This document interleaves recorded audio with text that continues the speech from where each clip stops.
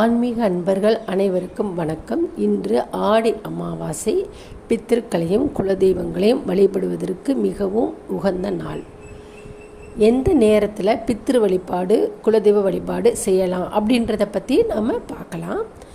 பித்திரு வழிபாடு அப்படின்றது சூரியன் உச்சி வானத்திற்கு வரக்கூடிய 12 மணியிலிருந்து 1 மணிக்குள்ளாக செய்வது சாலச் சிறந்தது.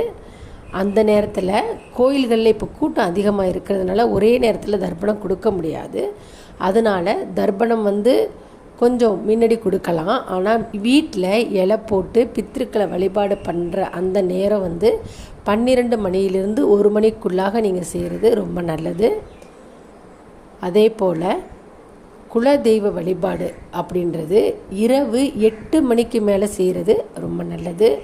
அவங்கவுங்க குல வழக்கப்படி என்ன நெய்வேத்தியம் பண்ணுவோமோ அதை செய்து இலை போட்டு படையல் போட்டு நம்ம குடும்பத்தோட குலதெய்வ வழிபாடு பண்ணி குலதெய்வத்தின் ஆசீர்வாதத்தை பெறலாம்.